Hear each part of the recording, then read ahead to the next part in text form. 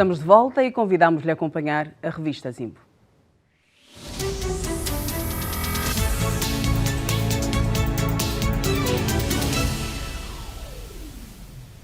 O Procurador-Geral da República afirmou que o processo-crime que envolve a ex-presidente do Tribunal de Contas segue nos próximos dias para julgamento. Hélder Pitagros fez este pronunciamento à margem do encontro realizado na última quarta-feira em Luanda com a direção do Tribunal Administrativo da SADC.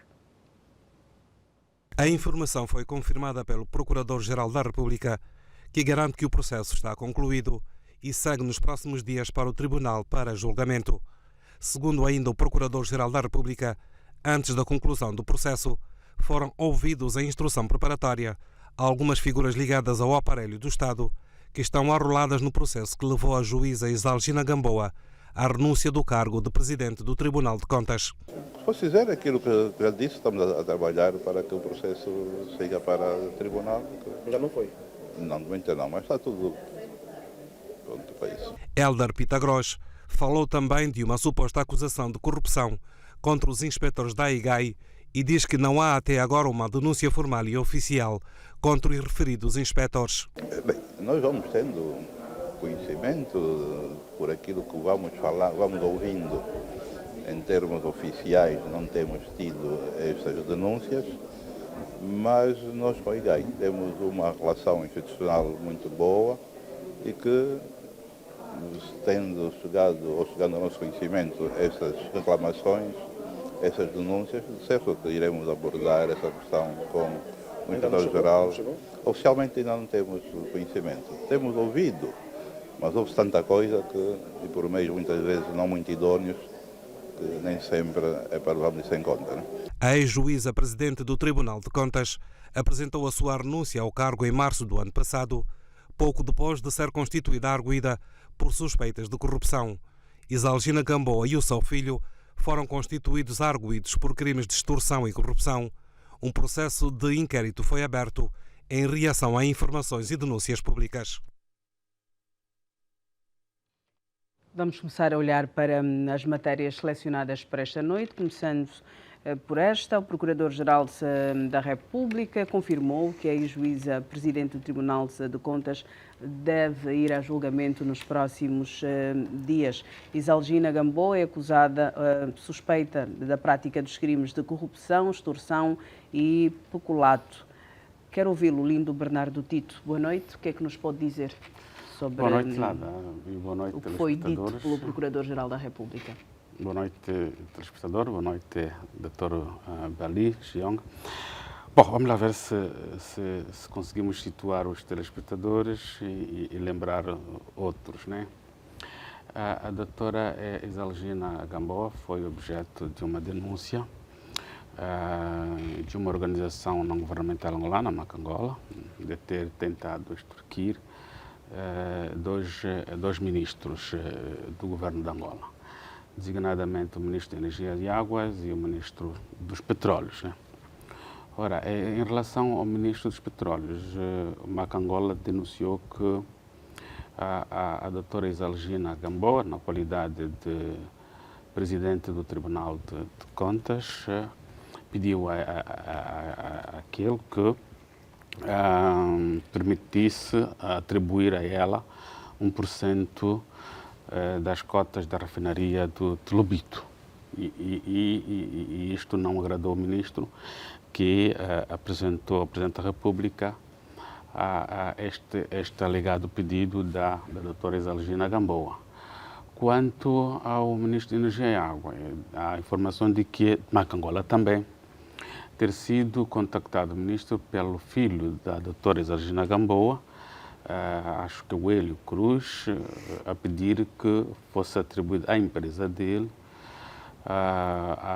as linhas de montagem de energia de alta tensão. Né? Igualmente o ministro entendeu que não era correto e não era aceitável este pedido e apresentou a denúncia ao Presidente da República. O Presidente da República, em posse dessa informação, marcou uma reunião com os dois ministros em causa, com a ex-presidente do Tribunal de Contas, a doutora Isalgina Gamboa, com a atual Presidente da Assembleia Nacional, a doutora Carolina Cerqueira, e com a Vice-Presidente do MPLA, ou seja, o Presidente procurou fazer uma cariação. Essa informação é da Macangola, né? E dessa cariação ficou claro que, de facto, esses dois contactos aconteceram. E o mais grave no meio de tudo isso é que foi dito que a doutora Exalgina Gamboa exigiu a tal participação na refinaria de Benguela com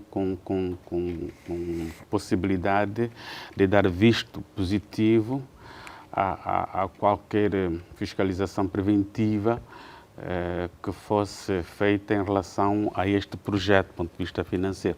O mesmo aconteceria com a eventual atribuição da empreitada da montagem das linhas de transformação no transporte de energia de alta tensão. Bom, isto é que levou a que a Procuradoria, antes de qualquer denúncia formal,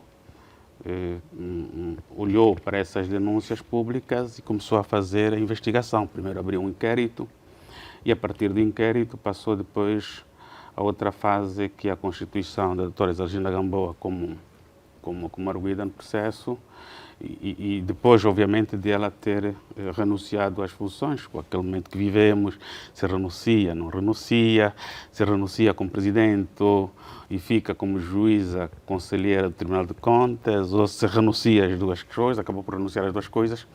E então chegamos no momento em que parece-me que há a conclusão da instrução preparatória do processo e provavelmente nos próximos dias irá transitar para o Tribunal Supremo, para que depois comece a fase de julgamento. Deixa só lhe dizer que esta fase de julgamento poderá demorar algum tempo, porque os advogados, ao que prevejo, irão requerer instrução contraditória, porque há algumas coisas, segundo os bastidores, que não estão muito bem claras, porque a ela está a ser imputados os crimes de corrupção, de extorsão e peculato. Diz que estas informações que nos está a passar, e a passar em cadeia nacional, foram obtidas através do site Macangola. Estas informações são dignas de crédito?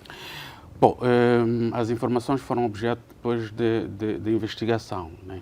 Foram objeto de investigação e, aliás, os ministros referidos parecem ter sido ouvidos, segundo o que eu percebi do pronunciamento digno Procurador-Geral da República, parece terem sido ouvidos, porque ele disse que foram ouvidos altas figuras do Estado angolano, parecem ter sido ouvidos os ministros, mas isso não basta ouvir os ministros, não basta pegar na denúncia e depois investigar e provar ou não provar. O que será mais importante é a discussão da causa em sede de julgamento, porque até aqui a doutora Exalgina Gamboa está assistida de um princípio de presunção de inocência e ela irá se defender com todas as armas que tiver, porque para mim o que me cria dificuldade de entender é destes factos que eu narrei, onde está a corrupção, primeiro, e onde está a extorsão materialmente concretizada e onde está o peculato, né?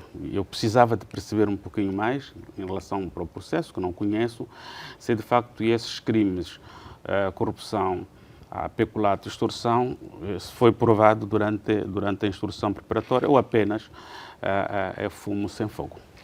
Obrigada.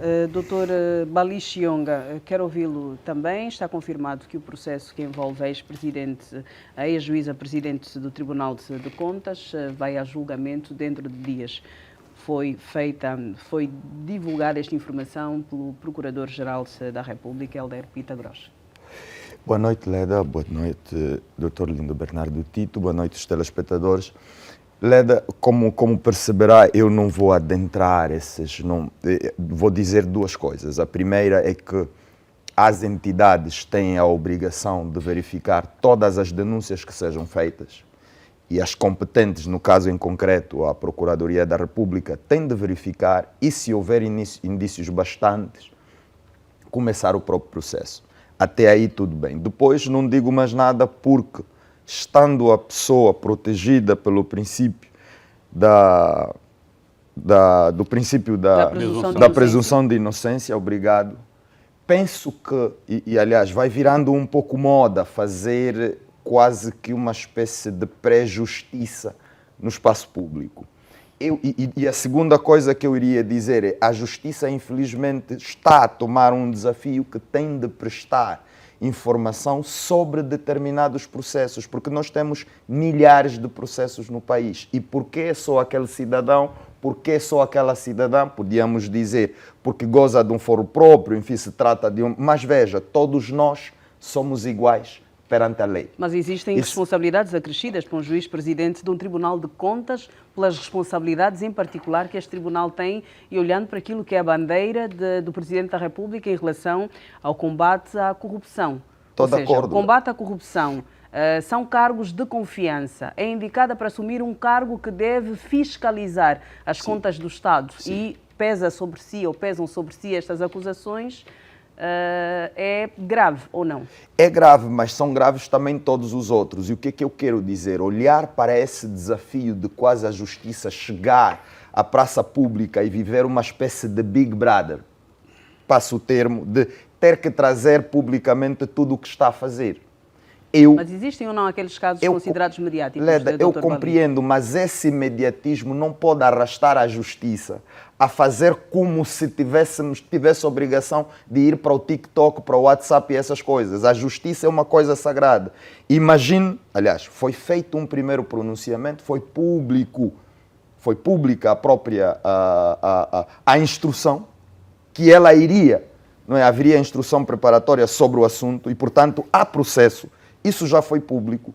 O meu entendimento é que isso bastava. Mas há aqui um desafio, não é só da justiça angolana, é da justiça no mundo, de as pessoas irem pedindo cada vez mais informações sobre estes tais processos mediáticos, mas eu continuo a dizer, todos nós somos iguais perante a lei. E se os processos normais de pessoas normais não são discutidos em praça pública, por que é que os processos dessas ditas pessoas com responsabilidade acrescida têm de ser?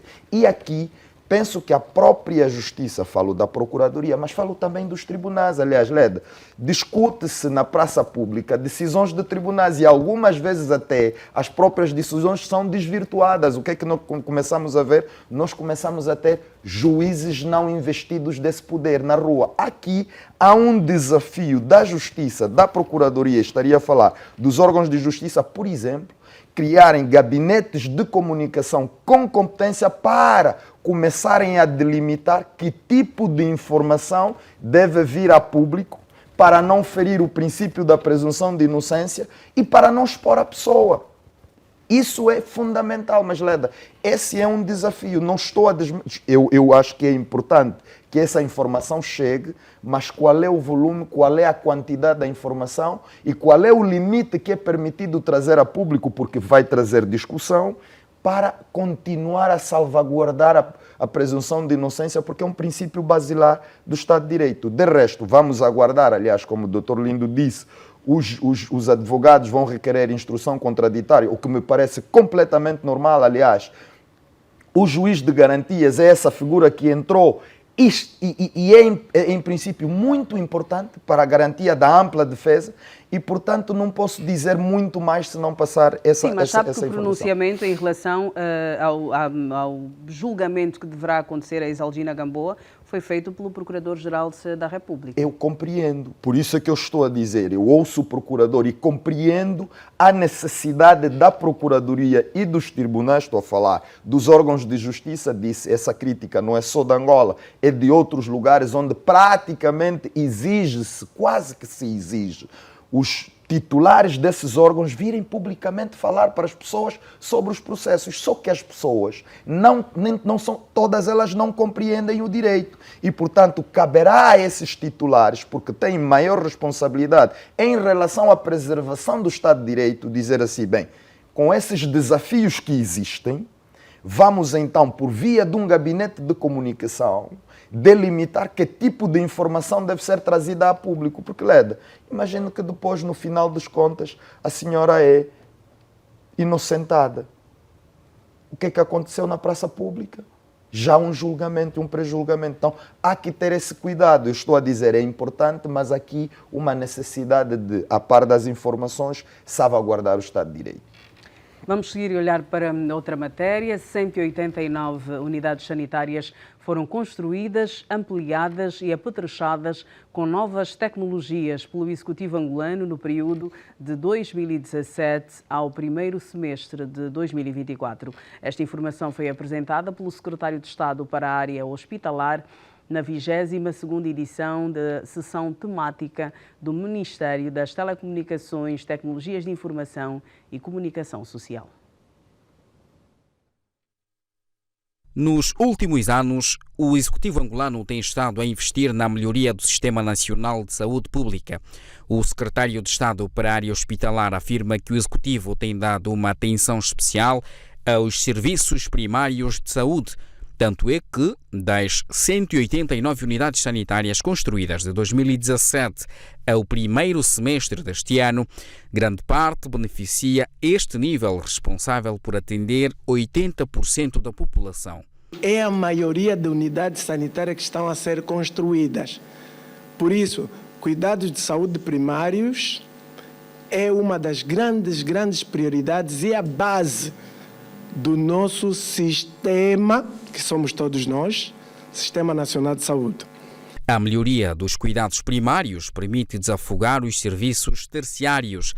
O ideal é que os utentes partam do primário, secundário, para serem encaminhados para o terciário. Por isto, é possível ter um hospital no nível terciário com porta fechada? Sim, porque é óbvio, ele tem uma guia de referência, tem outros caminhos que permitem o acesso aos serviços de saúde. A formação de quadros é outra aposta do Executivo angolano. Leonardo Inocêncio reafirmou o processo de especialização de 38 mil profissionais para garantir um atendimento de alta qualidade no domínio da saúde. 80% destes profissionais serão colocados nos municípios.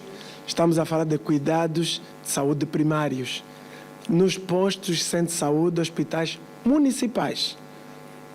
Por isto, não é verdade quando se diz que estão a olhar para o topo e não para a base. É verdade, a base está sólida, está aqui, solidificando-se cada dia mais. Atualmente, o país conta com mais de 3.340 hospitais. Mais de 180 hospitais foram inaugurados neste período de 6 a 7 anos. Dr. Lindo Bernardo Tito, pode dizer-se, pelo número de hospitais inaugurados, que há mais saúde em Angola? Bom, deixa-me só dizer o seguinte. Eu esperava que o Secretário de Estado para a área hospitalar trouxesse ao consumo público um estudo acabado sobre os benefícios diretos ao cidadão desses serviços hospitalares. Devia ter dito que esses hospitais abrangem um determinado número de cidadãos.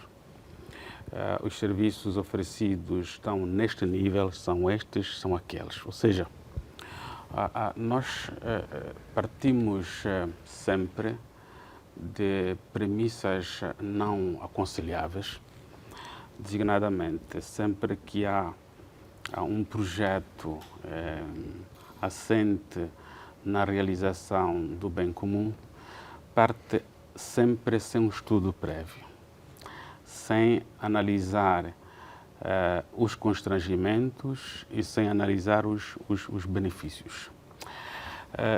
Leda, na verdade, ouvindo o Secretário de Estado a falar, deixa a ideia que tudo neste país, quanto ao setor de saúde, corre bem, quando na verdade não é isso que existe, né? Qual é a verdade, doutor? Qualquer um de nós que se desloca para a periferia de Luanda, pelo menos, vai constatar que existem dificuldades enormíssimas do ponto de vista de assistência médica e medicamentosa. Mas é também surpreendente ouvir o Secretário de Estado a falar do nível primário sem se referir a um elemento fundamental que é o da prevenção. Não há um sistema de saúde de qualquer parte do mundo que na sua fase inicial, tal fase primária, sem se pronunciar da prevenção, porque a prevenção é fundamental. Quando estamos a falar da prevenção, estamos a falar exatamente do tratamento do saneamento básico. Estamos a falar de estratégias de combate à má nutrição. Deixa-me só lhe dizer que, numa notícia divulgada pela ANGOP ontem, cerca de 22 crianças morreram por má nutrição na província de Mochico. Quando, em Ou quanto seja, tempo? Deste ano. Período, Estamos a né? falar deste ano. Estamos a falar deste ano. Não estamos a falar do ano passado, estamos a falar deste ano. 22 crianças. E a responsável da área dizia que estão em perigo mais outras crianças, designadamente do município de Mochico, do município do Luau e do município, esqueço o nome, mas é próximo do Luena. Ou seja, nós quando estamos a falar da prevenção, quando estamos a falar do Sistema Nacional de Saúde e estamos a falar do nível primário, não podemos falar unicamente do centro médico, dos postos médicos, dos hospitais municipais. Nós temos que falar da prevenção. Ou seja, a prevenção não é também, única e exclusivamente, olhar para as condições sanitárias. A prevenção vai um pouquinho mais além.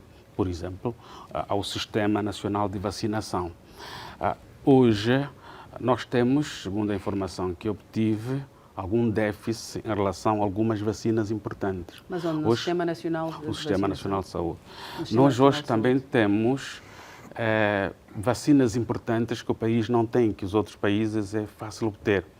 Há estudos e há informação de que começa a surgir, de alguma forma preocupante, para as senhoras, o cancro de colo do útero.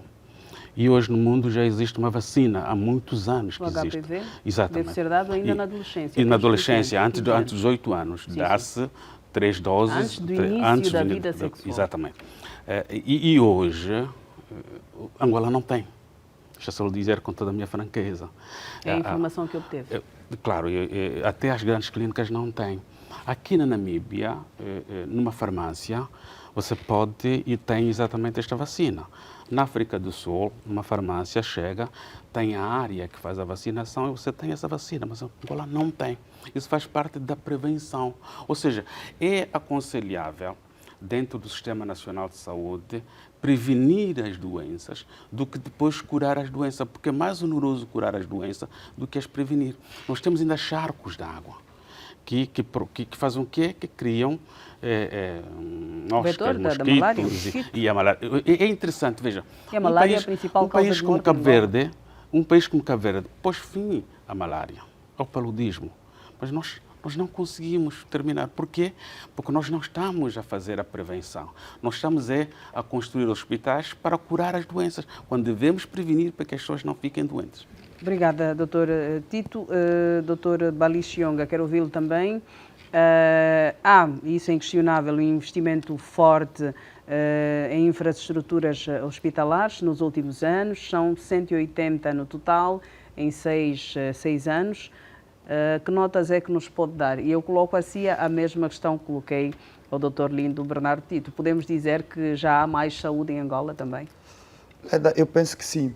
E porquê? Porque eu leio os relatórios. Os relatórios estão disponíveis, felizmente, beneficiários, quais são as áreas, inclusive profissionais, e também não estou à espera que um secretário de Estado, num espaço de 5 minutos, que é a peça que ouvimos, possa dizer tudo. A minha expectativa é que o cidadão, e sobretudo os cidadãos que tenham uma certa responsabilidade de passar a informação, enfim, partilhar no espaço público, possam ler relatórios. E o que é que dizem os relatórios? Nem vou falar do relatório todo, porque são muitos dados. Agora, Leda, também, antes de passar estes números, porque os números não mentem, não quero dizer que está tudo bem. Aliás, parece que nem o secretário de Estado disse isso. Não conheço nenhum governante em Angola que diga que Angola é um paraíso.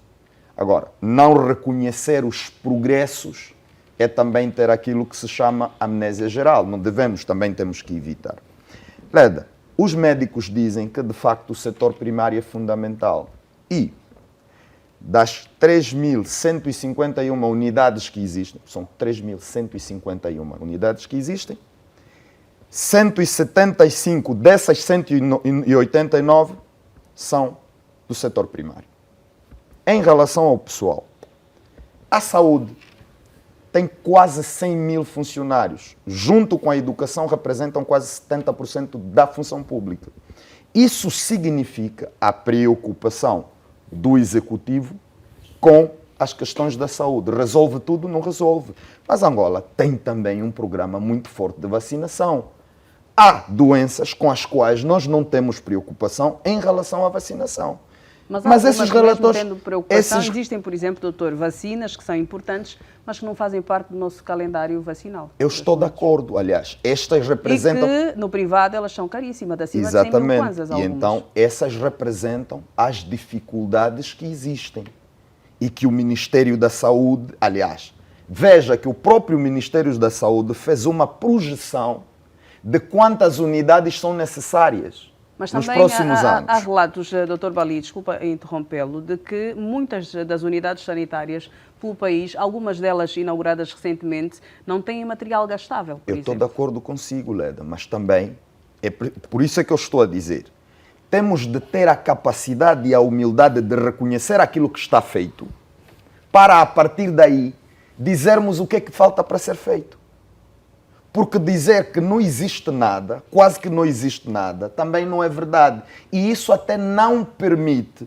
Porque, Leda, nós temos que ser justos na palavra, dizia Dom da Mata Morisco, junto na palavra para aqueles que possam ser justos na ação. Nós temos muitos funcionários. Vamos ser justos na ação agora também, Dr. Bali, peço desculpas, porque há uma notícia de última hora que diz que a Seleção Nacional de Handball bateu esta noite a Espanha por 26-21 e alcançou a primeira vitória nos Jogos Olímpicos de Paris, em França. E com esta posição, Angola figura na 4ª posição com 2 pontos. A TV Zimbo tem os enviados especiais em Paris com a jornalista Miriam Jai, que entra agora em direto. Miriam, boa noite.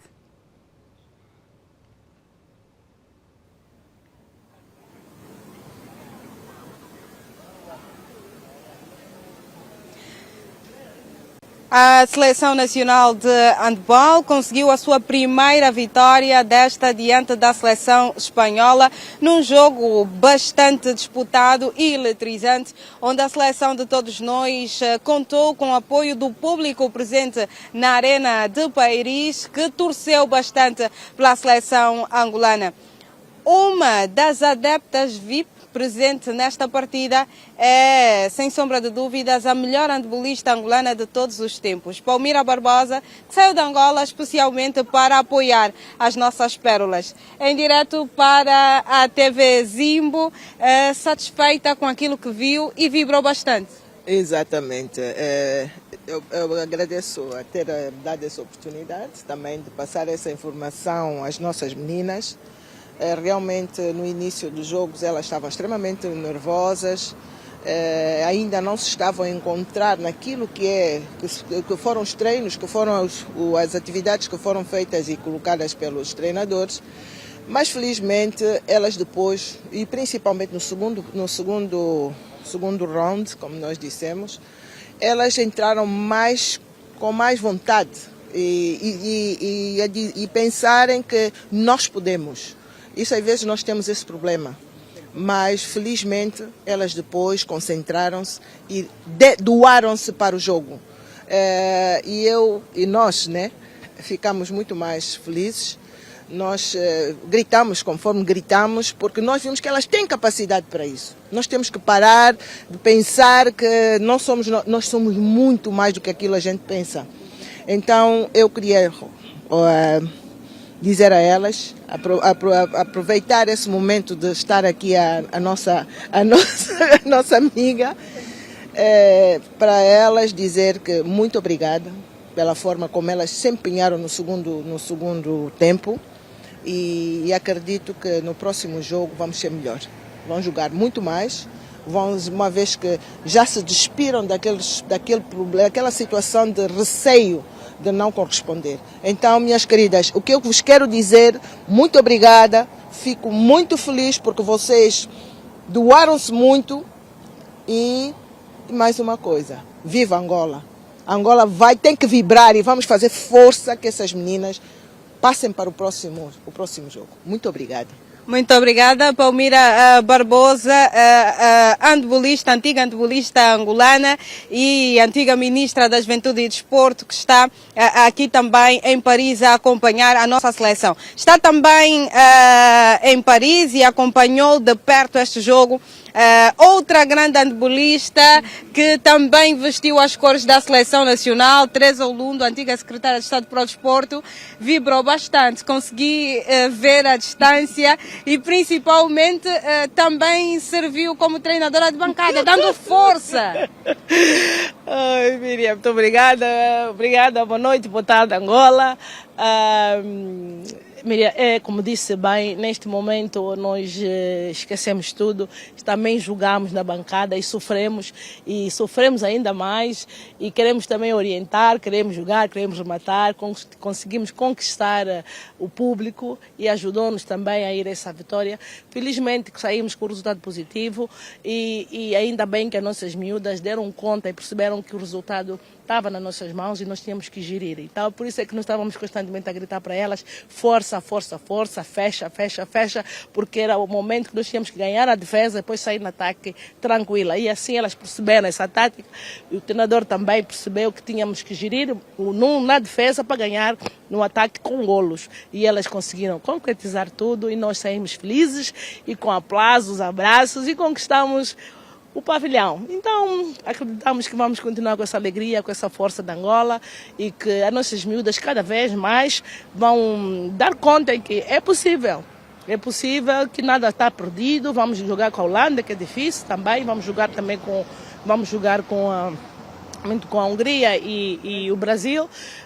São seleções difíceis de primeira linha, mas nós também já estamos a ganhar uma Espanha, que também já foi campeã do mundo e também já é uma equipa olímpica, por isso nada já neste momento podemos temer, temos é que acreditar em nós e continuar a acreditar que Angola vai somar e sempre, sempre, e continuamos com a nossa bandeira bem erguida, a nossa coroa da campeãs da África a cintilar em toda parte do mundo, como é agora. Muito obrigada. Muito obrigada, Teresa Olundo, antiga handbolista, aqui em Paris também a torcer pela seleção de todos nós. Vamos fechar esta nossa intervenção ouvindo o presidente da Federação Angolana de Handball, José do Amaral Maninho, depois dos indicadores que a nossa seleção deu no primeiro jogo diante dos Países Baixos. Hoje, corrigindo alguns erros, a seleção conseguiu mostrar que tem muito potencial e a deixar os seus créditos bem firmados. Sim, de facto foi mais uma prova evidente que esta seleção tem bastante potencial. Esta vitória foi bem conseguida, esta vitória é resultado de todo o esforço das atletas, dos técnicos e também dos dirigentes, obviamente, e sobretudo é resultado de uma boa preparação. Nós continuamos a dizer que devemos apostar mais na preparação da nossa equipa nacional. Todos nós devemos apoiar a preparação da nossa equipa nacional. É importante que durante a preparação a equipa possa fazer jogos de alto nível, possa estar num ambiente competitivo, fazendo jogos com equipas deste nível, porque aqui nos Jogos Olímpicos estão as 12 melhores equipas do mundo e nós temos dito às nossas atletas que elas também são tão boas jogadoras quanto as outras.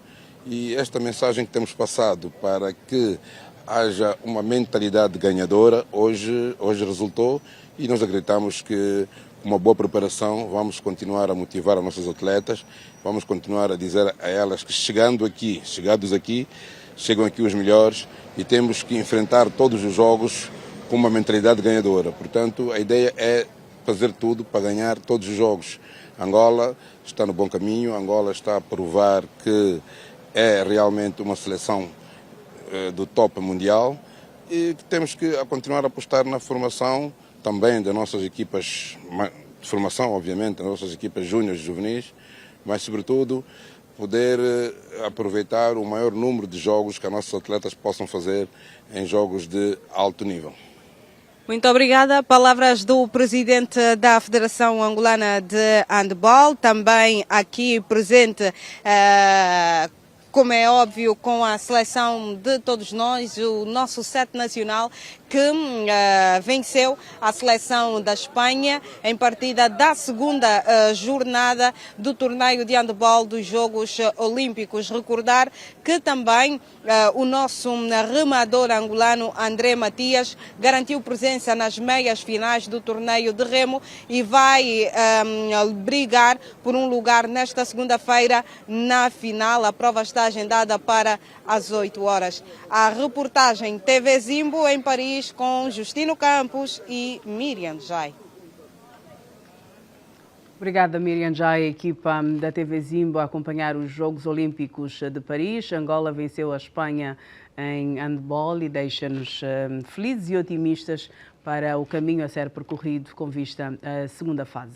Seguimos nesta revista Zimbo, no nosso jornal, dizendo que o primeiro-ministro de Portugal anunciou o reforço da linha de crédito para Angola com mais 500 milhões de euros. A medida surge no dia em que os dois países passam a contar com 12 novos acordos de cooperação em vários domínios. Luís Montenegro chega ao nosso país ao fim de 3 meses em funções como primeiro-ministro. Nesta primeira visita oficial a Angola, o chefe do governo português traz consigo uma vasta delegação ministerial e, na bagagem, a certeza de que as relações entre Luanda e Lisboa continuam inabaláveis. E foi com esta convicção que João Lourenço e Montenegro conversaram a sós e à porta fechada durante 2 horas aproximadamente. Em cima da mesa estava o futuro da longa parceria que se pretende estratégica. Foi com este espírito que as delegações dos dois países sentaram-se também à mesma mesa, na sala do Conselho de Ministros. Nos bons e nos maus momentos, conforme o próprio primeiro-ministro Luís Montenegro acabou de dizer, nós estivemos sempre juntos, apoiámos-nos mutuamente, nos bons momentos de Angola, nos maus momentos de Angola, nos bons momentos de Portugal, mas também nos maus momentos de Portugal. E é assim que a nossa relação vai continuar. E a nossa relação é entre Estados, não é entre partidos políticos. A nova era nas relações entre Angola e Portugal foi carimbada com a assinatura de 12 novos acordos de cooperação. O destaque vai para os memorandos de entendimento nas áreas das parcerias público-privadas, formação e assistência técnica em matéria de gestão da dívida pública e tesouraria do Estado, no domínio da cooperação técnico-policial e proteção civil, segurança social, na área do turismo, cultura, investigação em ciências da saúde e pesca.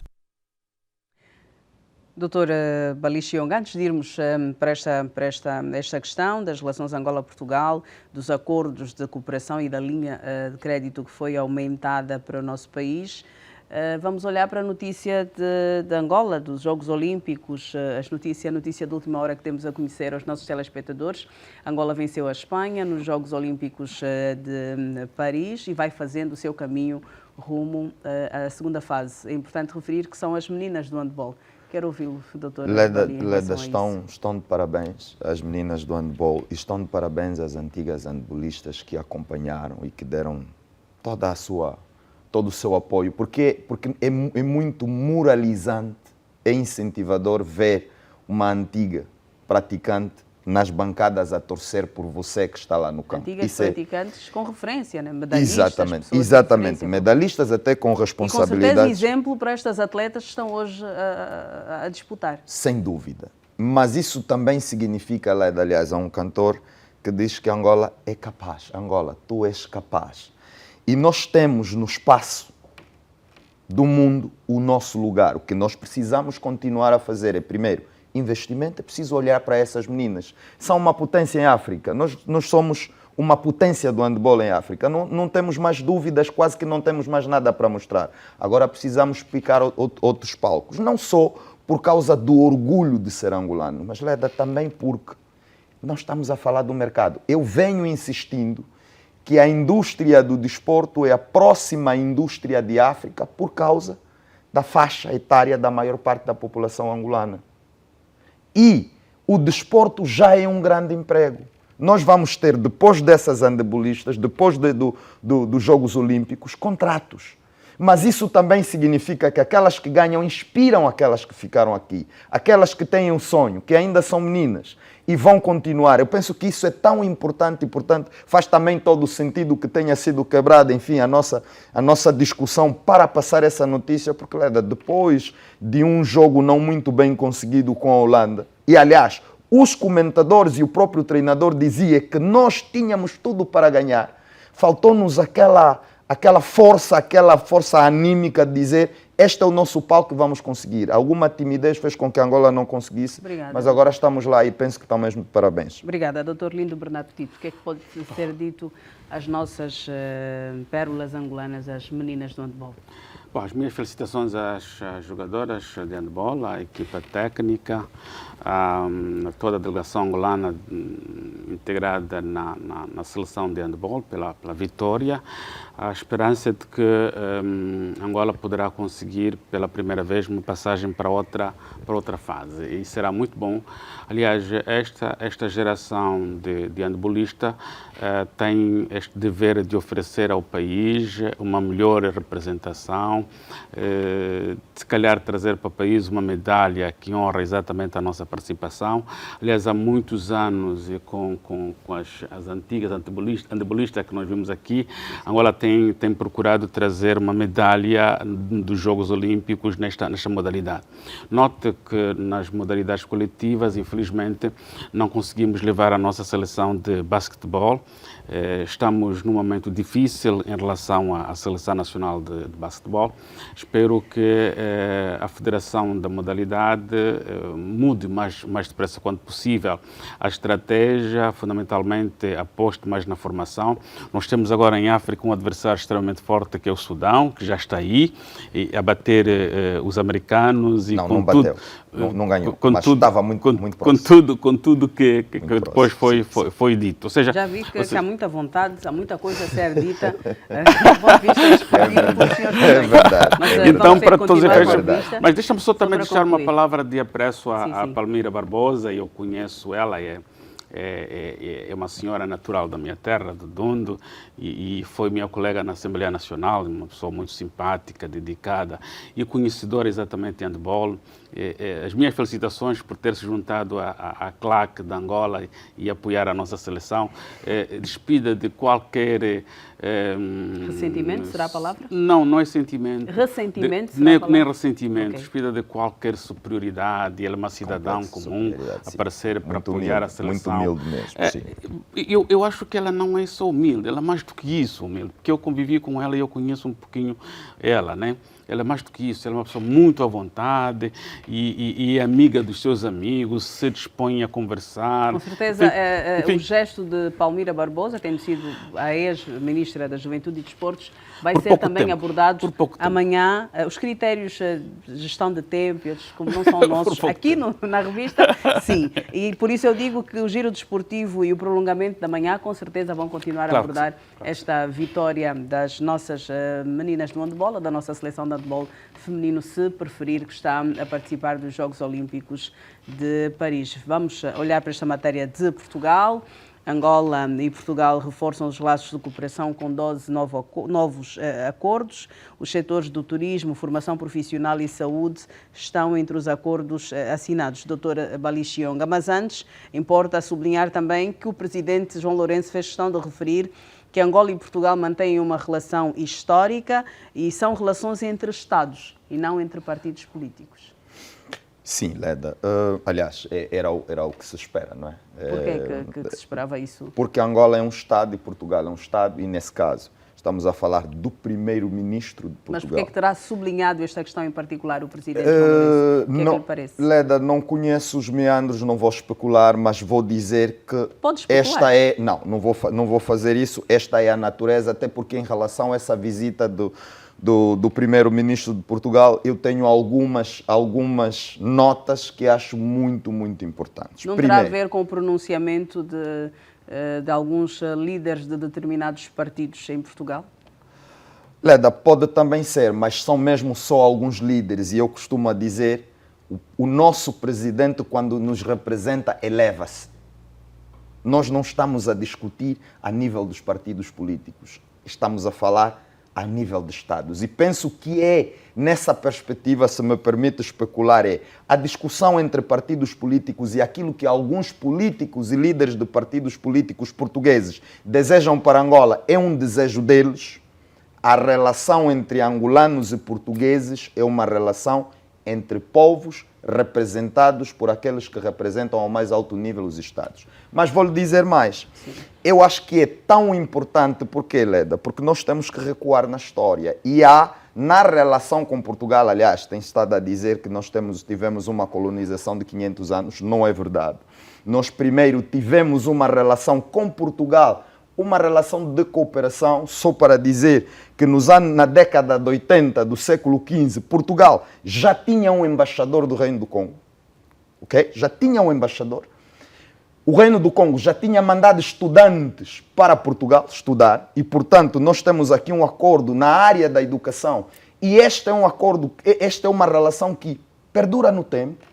Nós tivemos uma mancha nessa relação e penso que isso é que é fundamental, que é a colonização. Eu não sou saudosista, mas isto faz com que eu preze muito mais aquilo que o nosso Estado, em termos de relação com os outros Estados, tem a política do não alinhamento. Por quê?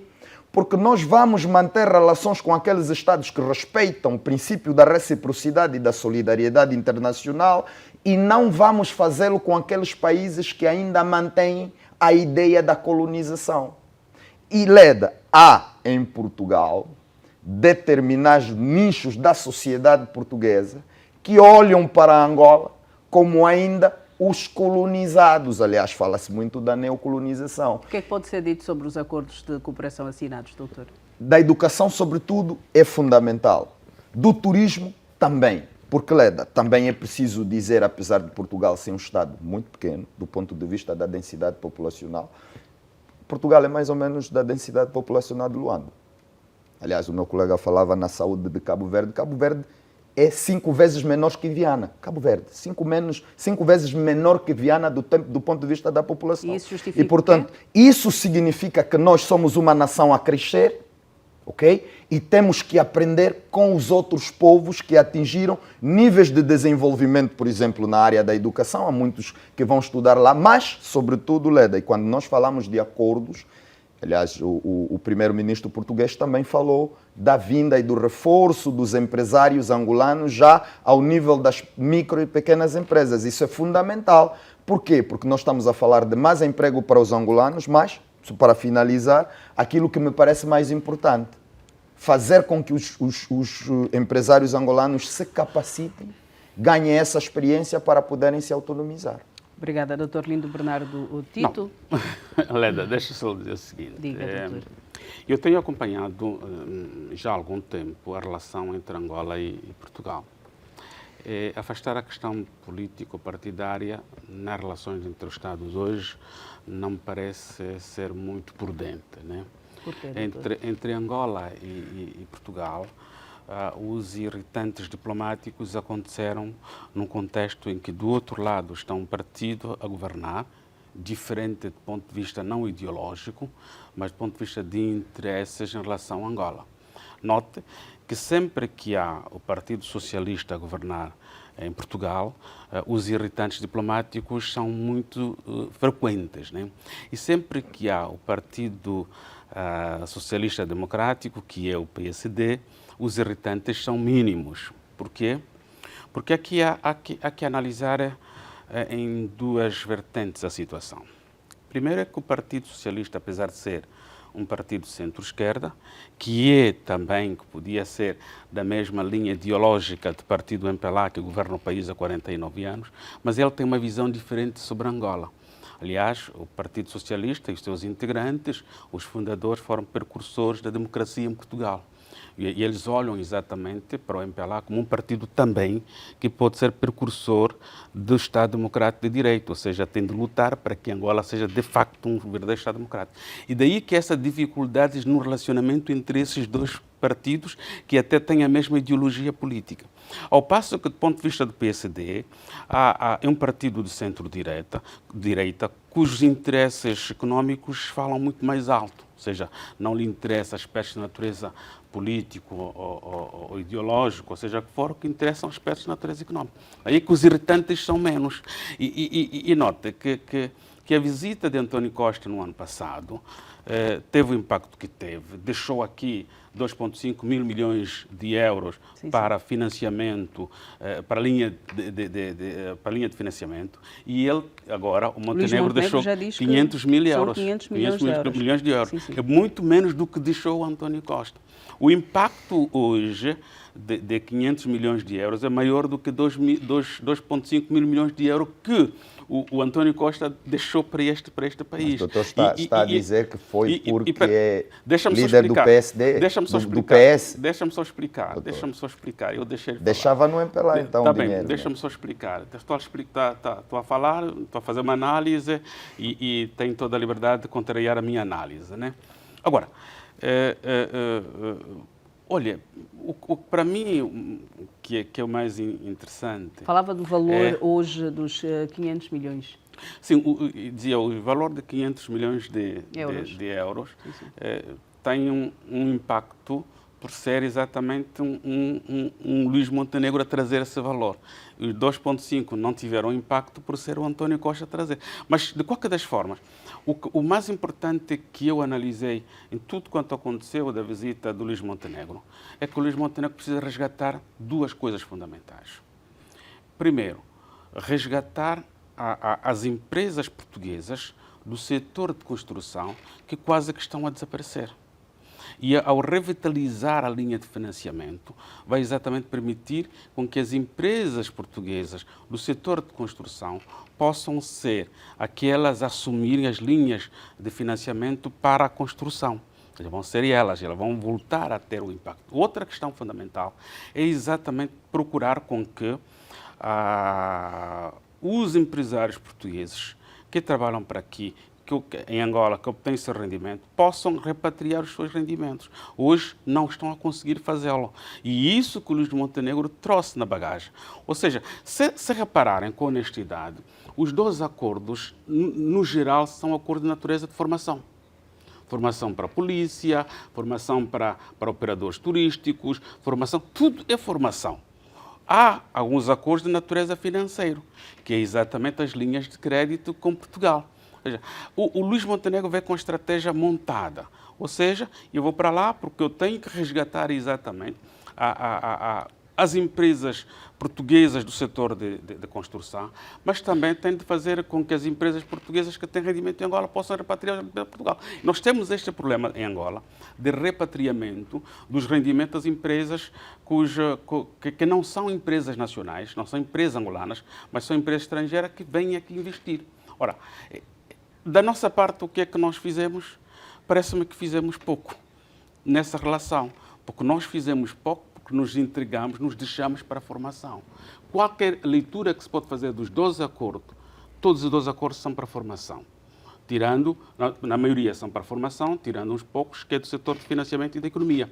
Mas uma questão fundamental que não podemos deixar de parte é o pronunciamento do nosso Presidente da República em relação a uma questão histórica, uma questão que em Portugal o Presidente Marcelo já levantou, e eu esperava que aqui também o Presidente, logo que lhe colocaram essa questão, tivesse alguma ligação com o que Marcelo pensa. Não quer dizer que seja obrigado a pensar o que Marcelo pensa, mas com uma ligação, porque, de facto, a colonização portuguesa, fundamentalmente o período da escravatura, foi um período muito penoso para nós, sofredor.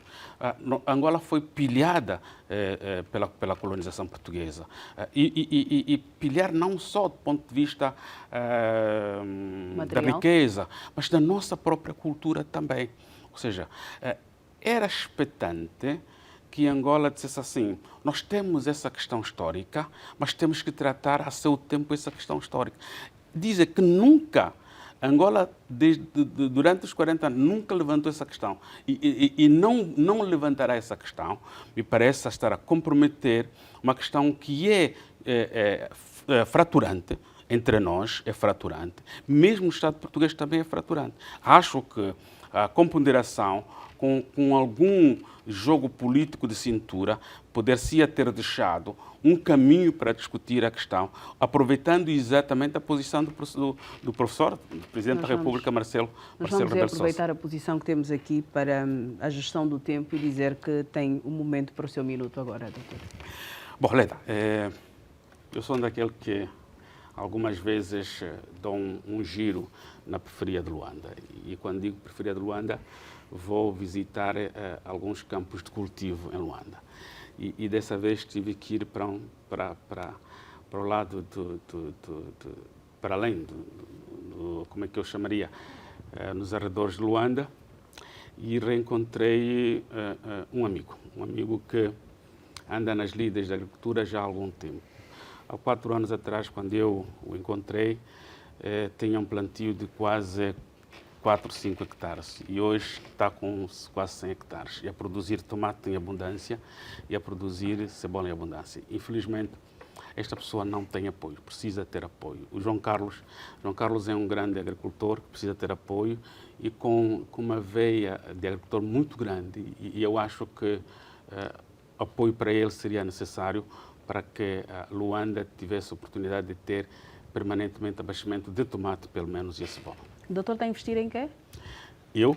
Não. Sim. Agricultura? Não. Não? Eu tenho uma coisa, eu não consigo na verdade, comércio. neste minuto eu já não questiono. É só mesmo por curiosidade, porque as pessoas ficaram todas, né, curiosas também em relação a isso. Eu ando para visitar, eu sou curioso em tentar ver o que é que os outros estão a fazer, o que é que os agricultores angolanos estão a fazer, principalmente aqui próximo de Luanda, arredores de Luanda. Da província. Doutor Balixionga, o seu minuto. Leda, vou usar o meu minuto para parabenizar, eu penso que é dar esse voto de encorajamento ao governo, ao governo da província de Luanda, que está a fazer um trabalho fantástico sobre essa questão da vandalização dos bens públicos. Eu penso que precisamos contribuir todos e perceber que vandalizar cemitérios, vandalizar linhas férreas e tudo mais, não é exercício de liberdade.